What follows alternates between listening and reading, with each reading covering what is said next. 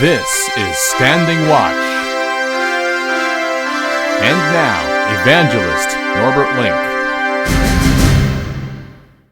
Greetings, everyone, and welcome back to our Standing Watch program.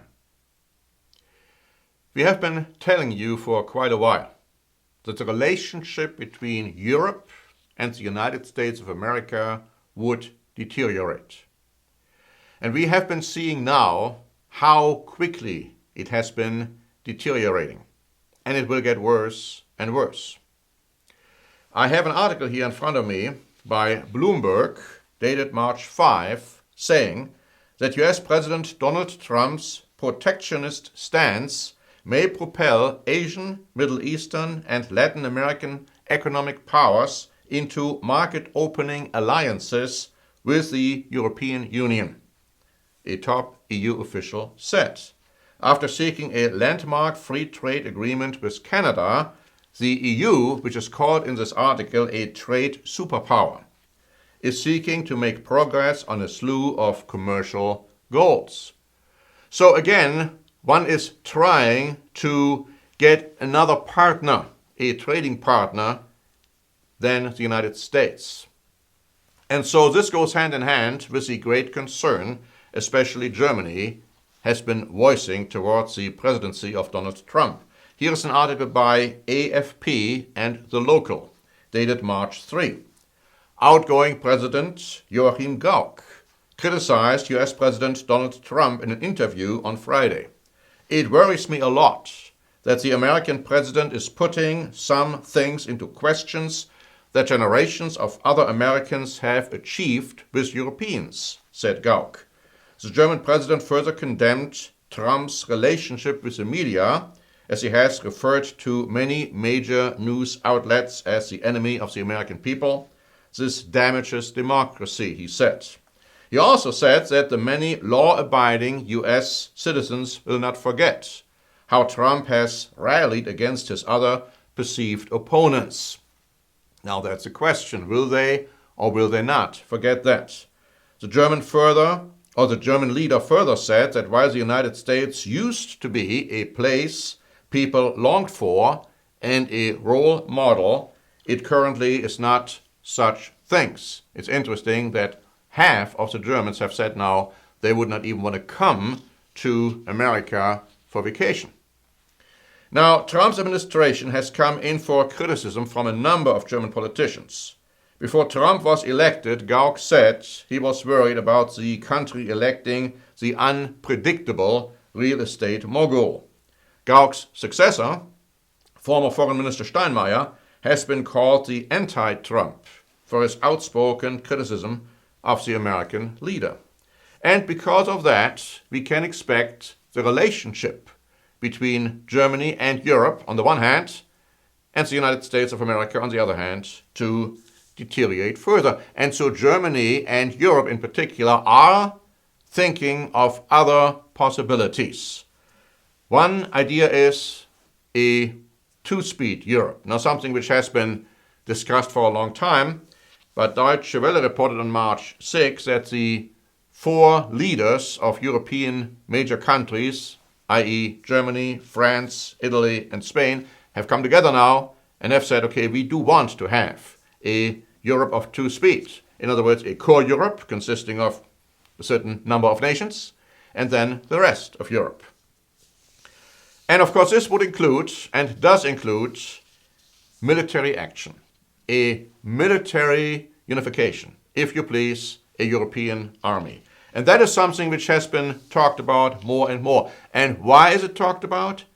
In order to create their own European quote-unquote security. The New York Times wrote on March 6 that foreign and defense ministers of European Union members reached a deal on Monday to create a headquarters for military training operations.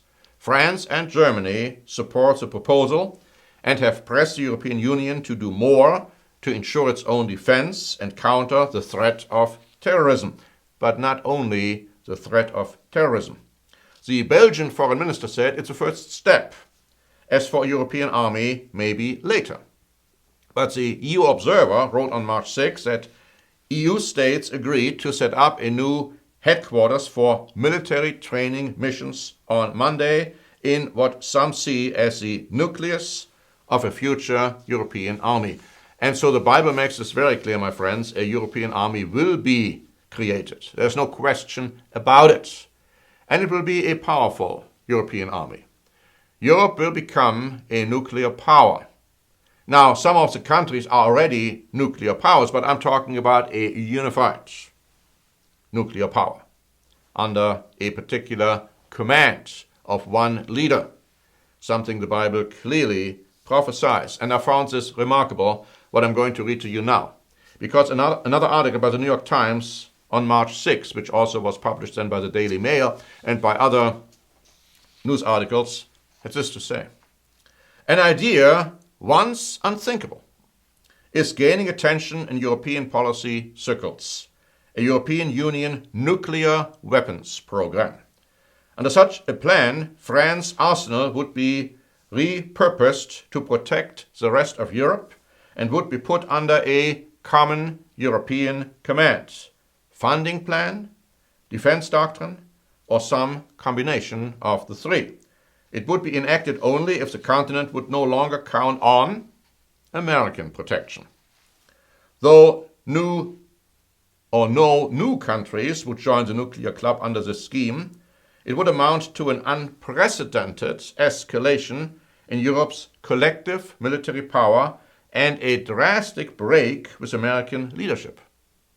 Analysts say that the talk demonstrates the growing sense in Europe that drastic steps are necessary to protect the post-war order in the era of a Trump presidency. It goes on to say that Poland's former prime minister and now the head of the ruling party provided the highest level call for a European Union nuclear program in February, where he said that this should be the case, and he gave an interview to a German newspaper. But the most important support has come from Roderich Kiesewetter, maybe a name we should remember, a lawmaker and foreign policy spokesman with Germany's ruling party, who gave the nuclear option increased credibility by raising it shortly after President Trump's election. Now, Mr. Kiesewetter said his plan would require 4 ingredients: a French pledge to commit its weapons to a common European defense, German financing to demonstrate the program's collective nature, a joint command, and a plan to place French warheads in other European countries. This would require a doctrine, he said, allowing Europe to introduce nuclear weapons to a non-nuclear conflict. He compared it to the Israeli program, which is believed to allow for a nuclear strike against an overwhelming conventional attack. German lawmakers across the political spectrum worry that Mr. Trump could strike a grand bargain with Russia that excludes Europe, a potential first step toward Washington and Moscow dictating Europe's future. Mr. Kiesewetter believes a European nuclear program would allow Europe to preserve its autonomy. Now, the following statement I felt was extremely interesting.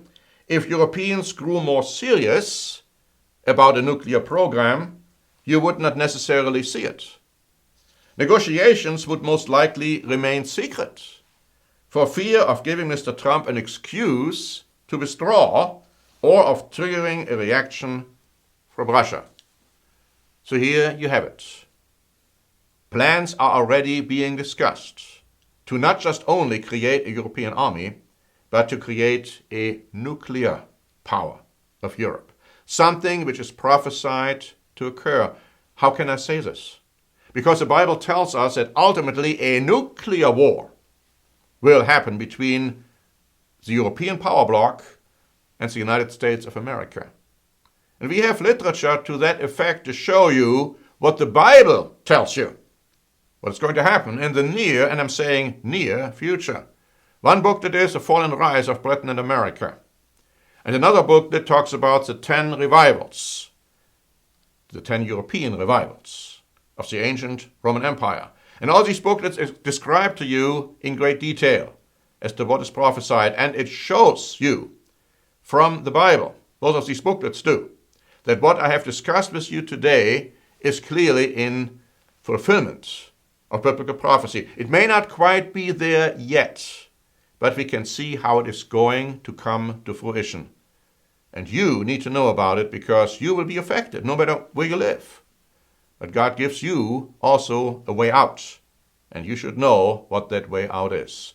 Thank you very much for listening. This is Norbert Link for the Standing Watch program.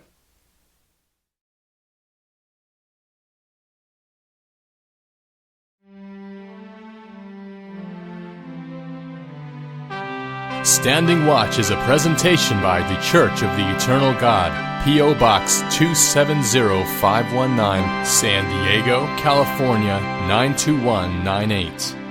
More information is also available at our website, eternalgod.org.